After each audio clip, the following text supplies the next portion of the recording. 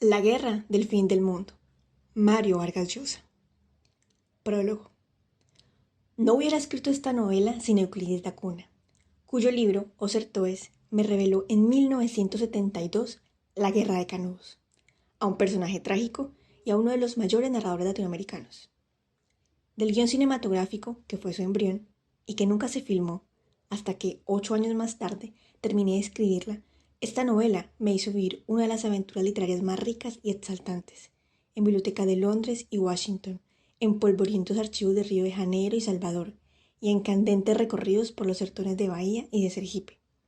Acompañado de mi amigo Renato Ferraz, peregriné por todas las aldeas donde, según la leyenda del consejero, predicó, y en ellas oía a los vecinos discutir con ardor sobre Canudos, como si los cañones tronaran todavía sobre el reducto rebelde y el apocalipsis pudiera sobrevenir en cualquier momento en esos desiertos erupcionados de árboles sin hojas, llenos de espinas. Los zorros salían a nuestro encuentro en las veredas, y nos dábamos también por los caminos con encuerados, santones y cómicos de la lengua que recitaban romances medievales.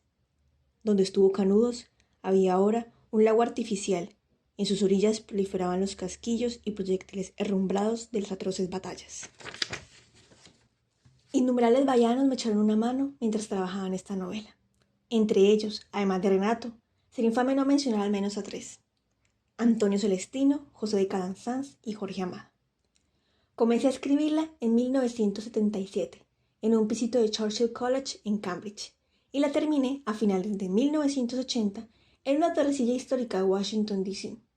Estaba allí gracias al Wilson Center, alrededor de la cual volaban halcones y desde cuyos balcones había arengado a Abraham Lincoln, a los soldados de la Unión que combatieron en la batalla de Manassas. Mario Vargas Llosa, Londres, junio del año 2000. Dedicatoria. A Euclides da Cunha en el otro mundo, y en este mundo a Neila Piñón. O anticristo naceu, para o Brasil gobernar, mas aí está o conselheiro para dele nos librar.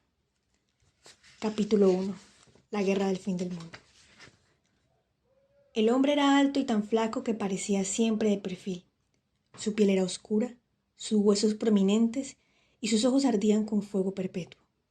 Calzaba sandalias de pastor y la túnica morada que le caía sobre el cuerpo recordaba el hábito de esos misioneros que, de cuando en cuando, visitaban los pueblos del sertón, bautizando muchedumbres de niños y casando a las parejas amancebadas. Era imposible saber su edad, su procedencia, su historia, pero algo había en su facha tranquila, en sus costumbres frugales, en su imperturbable seriedad que, aunque antes de que diera consejos, atraía a la gente.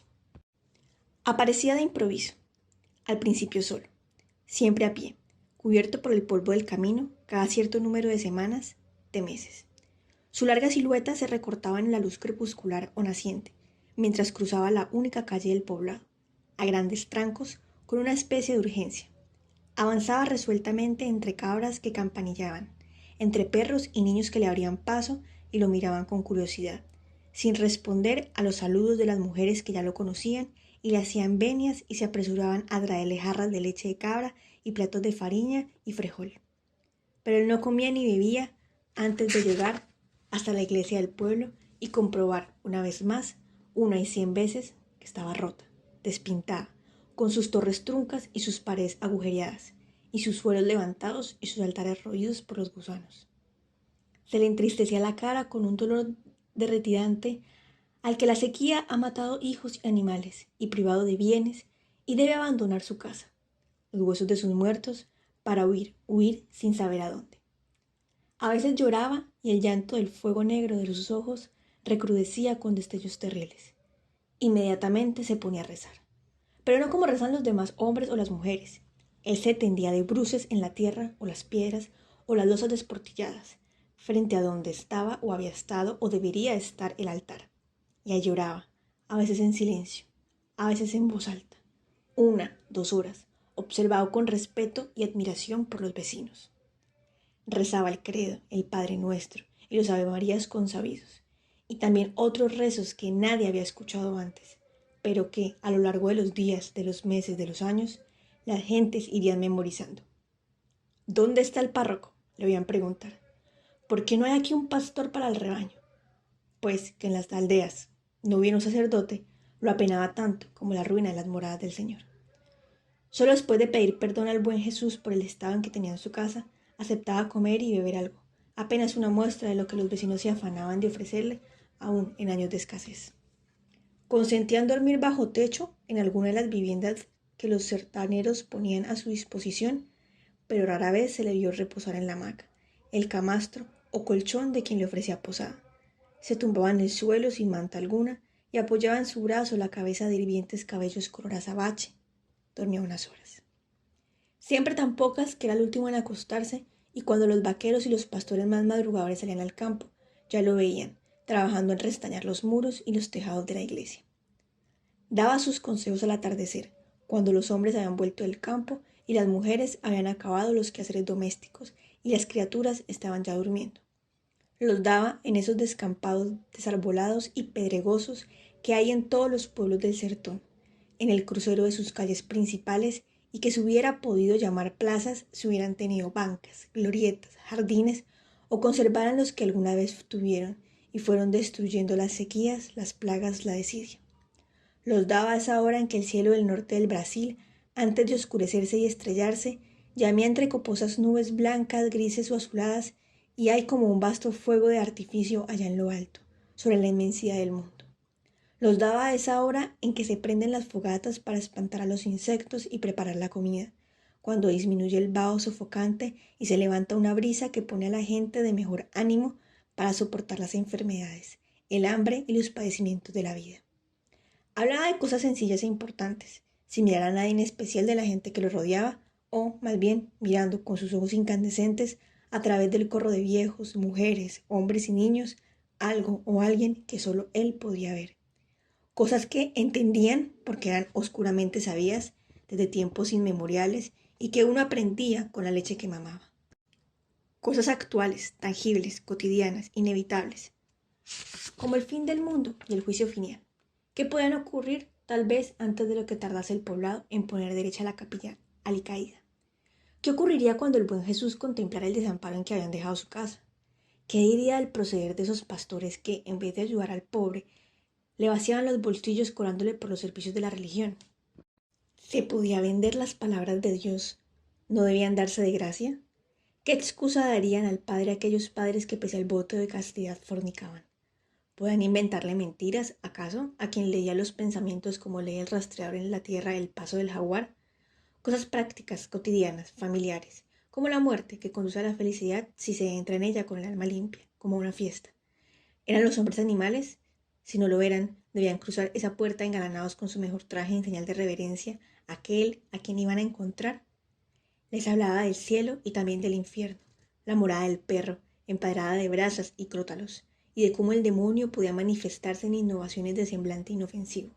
Los vaqueros y los peones del interior lo escuchaban en silencio, intrigados, atemorizados, conmovidos, y así lo escuchaban los esclavos y los libertos de los ingenios del litoral, y las mujeres y los padres y los hijos de unos y de otras.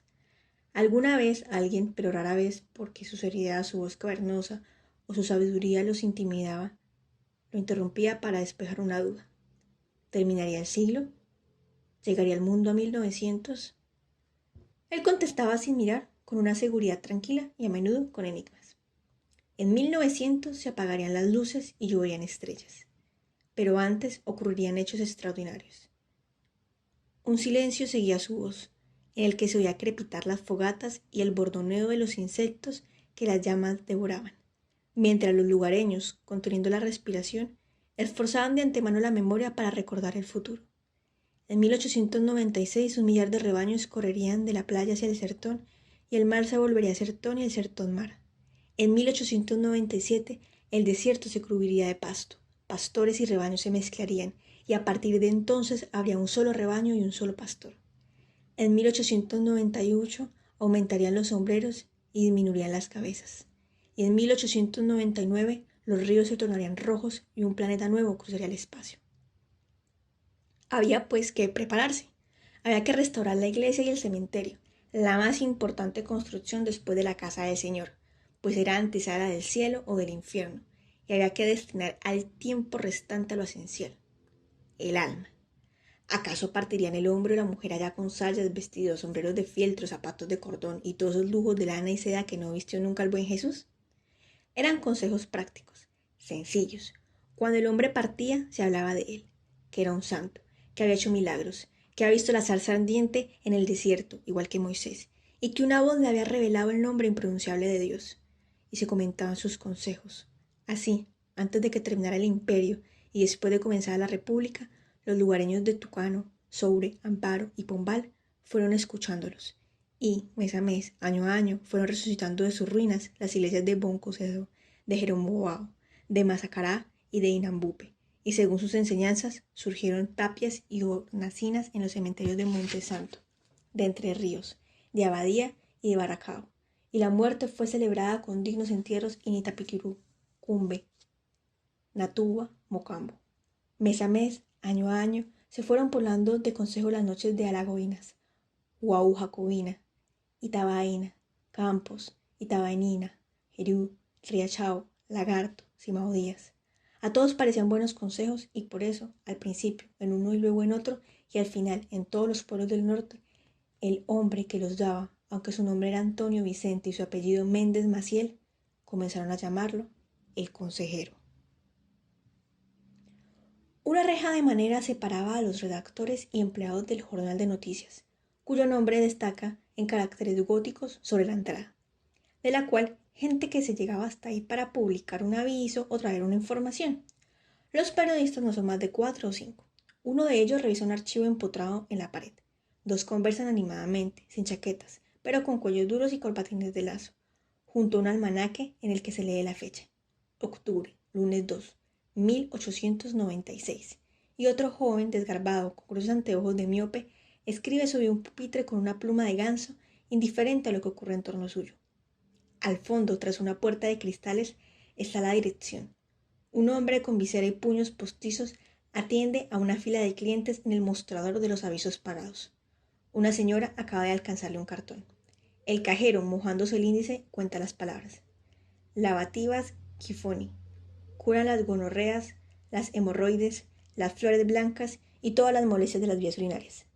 Las prepara Madame A. de Carvalho. Rúa 1 de marzo, número 8. Y dice un precio. La señora paga, guarda el vuelto y cuando se retira, quien espera detrás de ella se adelanta y estira un papel al cajero. Viste de oscuro, con una levita de 2 puntas y un sombrero hongo que denotan uso. Una enrulada cabellera rojiza le cubre las orejas. Es más alto que bajo, de anchas espaldas, sólido maduro. El cajero cuenta las palabras del aviso, dejando patinar el dedo sobre el papel. De pronto, arruga la frente, alza el dedo y acerca mucho el texto a los ojos como si temiera haber leído mal. Por fin, mira perplejo al cliente que permanece hecho una estatua. El cajero pestañea, incómodo, y por fin indica al hombre que espere. Arrastrando los pies, cruza el local con el papel balanceándose en la mano, toca con los nudillos el cristal de la dirección y entra. Unos segundos después reaparece y por señas indica al cliente que pase. Luego retorna a su trabajo. El hombre de oscuro atraviesa el jornal de noticias, haciendo sonar los tacos como si calzara herraduras. Al entrar al pequeño despacho atestado de papeles, periódicos y propaganda del Partido Republicano Progresista, un Brasil unido, una nación fuerte, está esperándolo un hombre que lo mira con una curiosidad risueña, como un bicho raro. Ocupa el único escritorio, lleva botas, un traje gris, y es joven moreno de aires enérgicos. Soy Epaminondas González, el director del periódico, dice. Adelante. El hombre de oscuro hace una ligera venia y se lleva la mano al sombrero, pero no se lo quita, ni dice palabra. ¿Usted pretende que publiquemos esto?, pregunta el director, agitando el papelito. El hombre de oscuro asiente. Tiene una barbita rojiza como sus cabellos y sus ojos son penetrantes, muy claros. Su boca ancha está fruncida con firmeza y las ventanillas de su nariz, muy abiertas, parecen aspirar a más aire del que necesitan.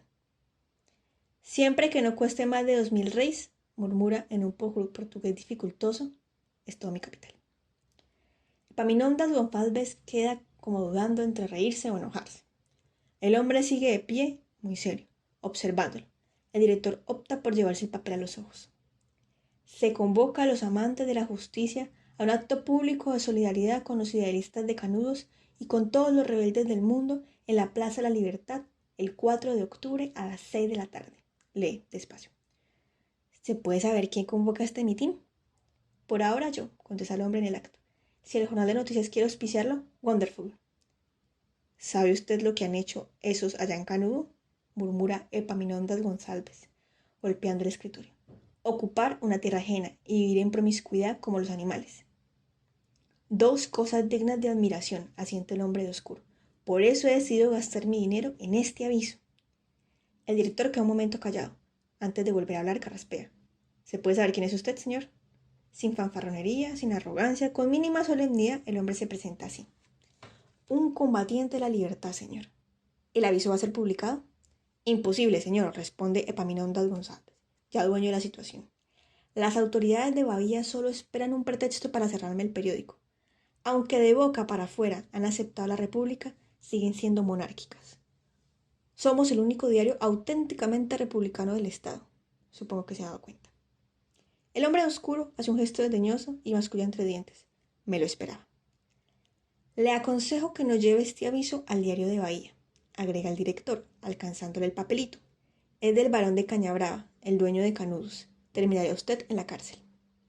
Sin decir una palabra de despedida, el hombre de oscuro da media vuelta y se aleja, guardándose el aviso en el bolsillo.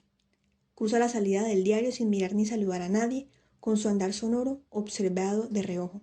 Silueta fúnebre, ondeantes cabellos encendidos, por los periodistas y clientes de los avisos pagados. El periodista joven de anteojos de miope se levanta de su pupitre después de pasar él, con una hoja amarillenta en la mano, y va hacia la dirección, donde Epaminondas González está todavía espiando al desconocido. Por disposición del gobernador del estado de Bahía, excelentísimo señor Luz Viana, hoy partió de Salvador una compañía del 9º Batallón de Infantería al mando del teniente Pírez Ferreira con la misión de arrojar de Canudos a los bandidos que ocuparon la hacienda y capturar a su cabecilla, el sebastianista Antonio Consejero. Lee desde el umbral. ¿Primera página o interiores, señor? Que vaya debajo de los entierros y las misas, dice el director. Señala hacia la calle, donde ha desaparecido el hombre de oscuro. ¿Sabe quién es ese tipo?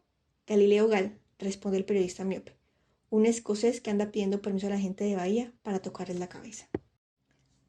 Había nacido en Pombal y era hijo de un zapatero y su querida, una inválida que, pese a serlo, parió a 3 varones antes que a él y pariría después a una hembra que sobrevivió a la sequía. Le pusieron Antonio y, si hubiera habido lógica en el mundo, no hubiera debido vivir, pues cuando todavía gateaba ocurrió la catástrofe que devastó la región, matando cultivos, hombres y animales. Por culpa de la sequía, casi todo Pombal emigró hacia la costa, pero Tiburcio da Mota, que en su medio siglo de vida no se había alejado nunca más de una legua de ese poblado, en el que no había pies que no hubieran sido calzados por sus manos, hizo saber que no abandonaría su casa. Y cumplió, quedándose en Pombal con un par de docenas de personas apenas, pues hasta la misión de los padres lazaristas se vació.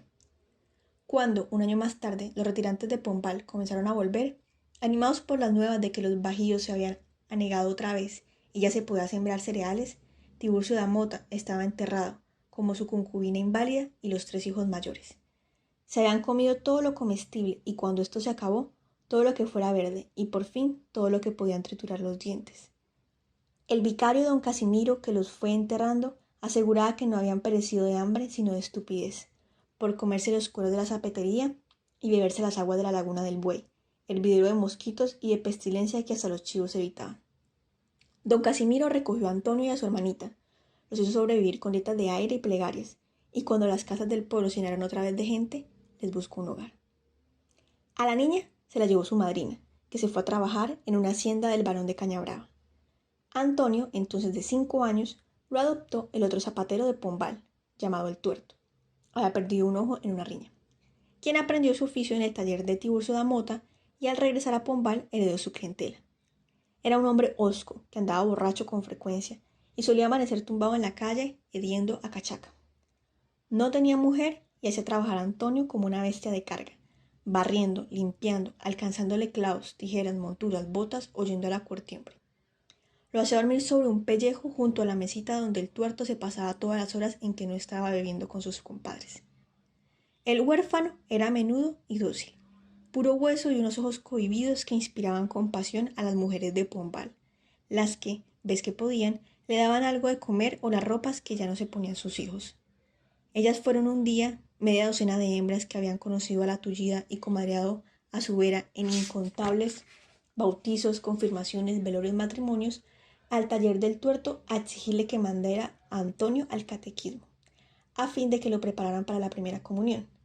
Lo asustaron de tal modo diciéndole que Dios le tomaría cuenta si ese niño moría sin haberla hecho, que el zapatero, a regañadientes, consistió en que asistiera a la doctrina de la misión, todas las tardes antes de la víspera. Algo notable ocurrió entonces en la vida del niño, al que poco después, a consecuencia de los cambios que operó en él la doctrina de los lazaristas, comenzarían a llamarle el Beatito. Salía de las prédicas con la mirada deshacida del contorno y como purificado de escorias. El tuerto contó que muchas veces lo encontraba de noche, arrodillado en la oscuridad, llorando por el sufrimiento de Cristo, tan absorto que solo lo regresaba al mundo remeciéndolo. Otras noches lo sentía hablar en sueños, agitado, de la traición de Judas, del arrepentimiento de la Magdalena, de la corona de espinas, y una noche lo oyó hacer voto de perpetua castidad como San Francisco de Sales al cumplir los 11 años. Antonio había encontrado una ocupación a la que consagrar su vida. Seguía haciendo sumisamente los mandados del tuerto, pero los hacía entrecerrando los ojos y moviendo los labios, de modo que todos comprendían que, aunque barría o corría donde el talabartero o sujetaba la suela que el tuerto martillaba, estaba en realidad rezando. Al padre adoptivo las actitudes del niño lo torturaban y atemorizaban. En el rincón donde dormía, el Beatito fue construyendo un altar, con estampas que le regalaron en la misión y una cruz de psique que él mismo talló y pintó. Allí prendió una vela para rezar, al levantarse y al acostarse, y allí, de rodillas con las manos juntas y la expresión contrita, gastaba sus ratos libres en vez de corretear por los potreros, montar a pelo los animales, cúcharos, cazar palomas o ir a ver castrar a los toros, como los demás chicos de Pombal.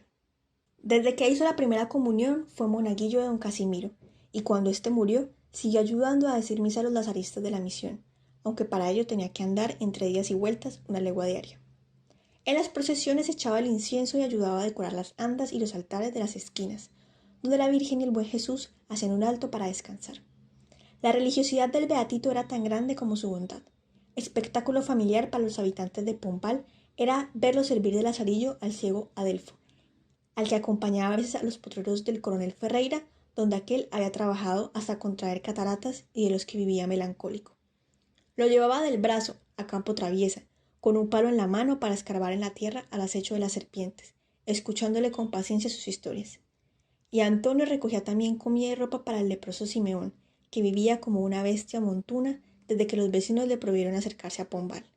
Una vez por semana el Beatito le llevaba en un atado los pedazos de pan y de charqui y los cereales que había mendigado para él, y los vecinos lo divisaban a lo lejos guiando entre los roquedales de la loma donde estaba su cueva, hacia el pozo de agua, el viejo que andaba descalzo con los pelos crecidos, cubierto solo con un pellejo amarillo.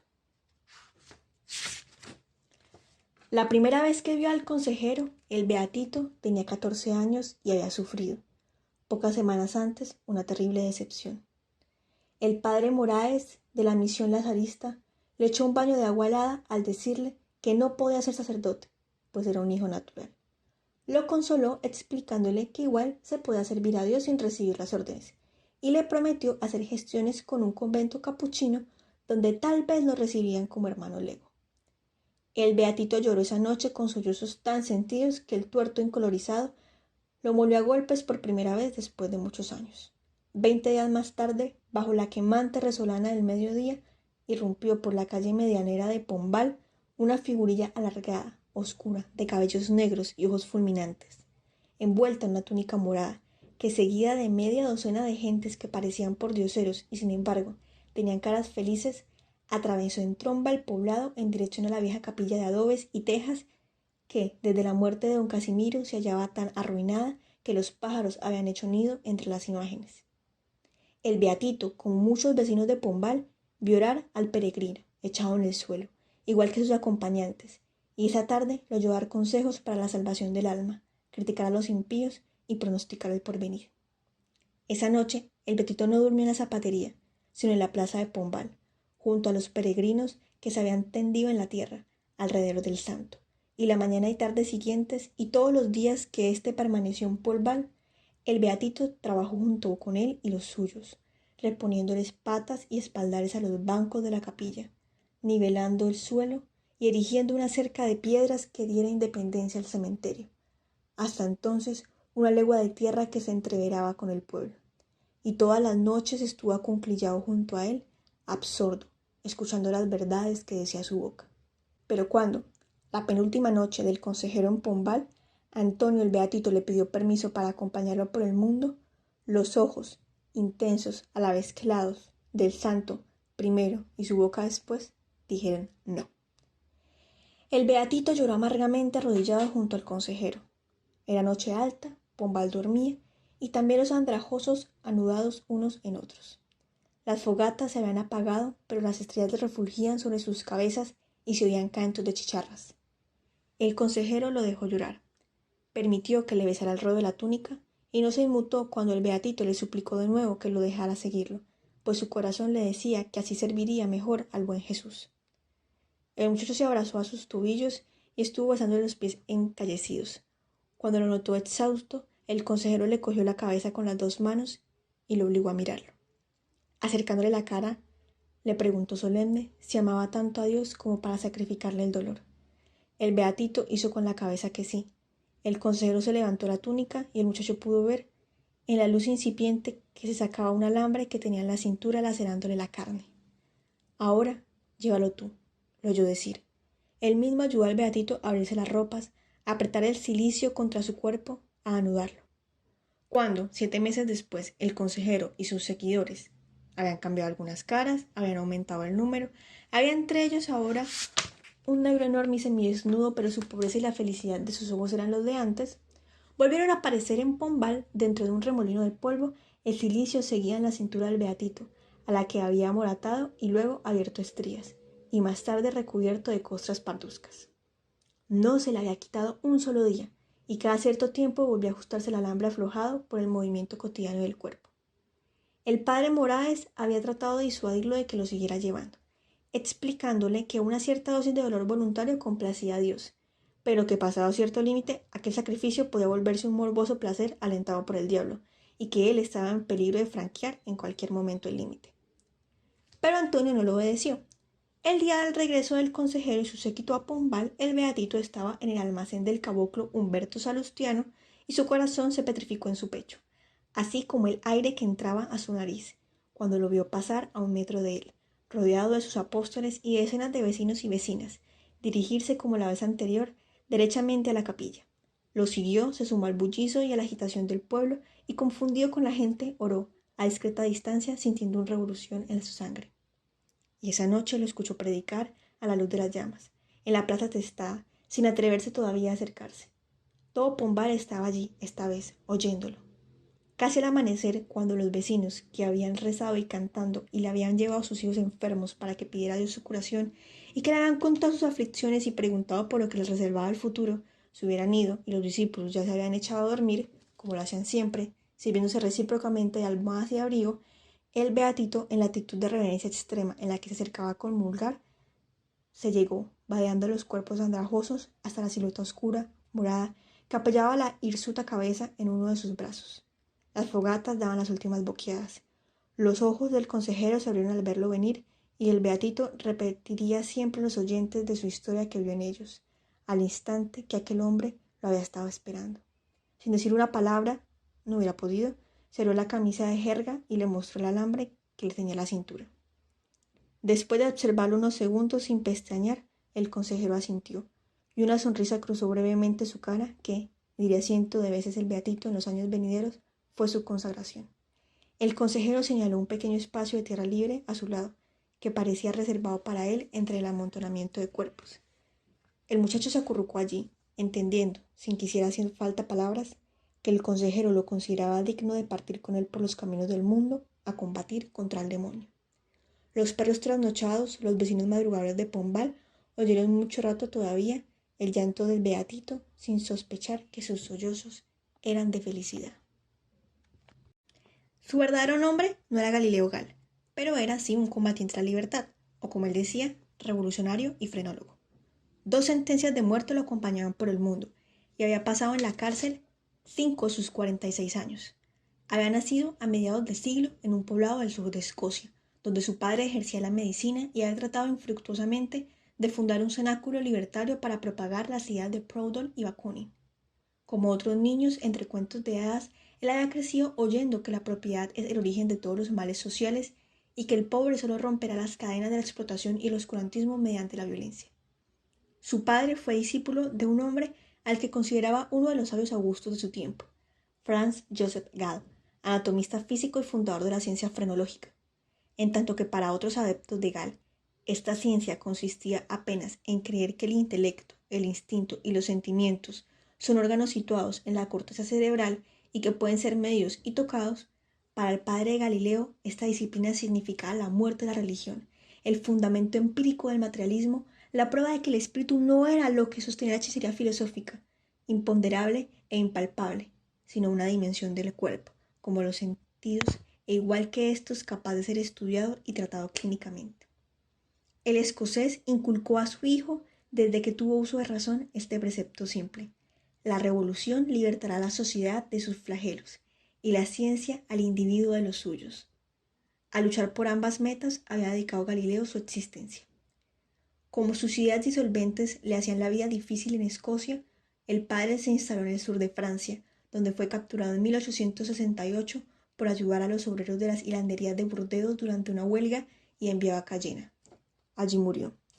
Al año siguiente, Galileo fue a prisión acusado de complicidad en el incendio de una iglesia. El cura era lo que más odiaba, después del militar y el banquero.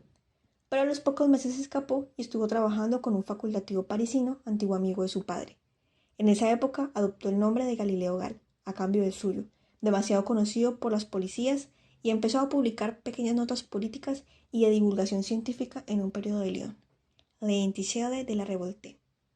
Uno de sus orgullos era haber combatido de marzo a mayo de 1871 con los comuneros de París por la libertad del género humano y haber sido testigo del genocidio de 30.000 hombres, mujeres y niños perpetrado por las fuerzas de Thiers.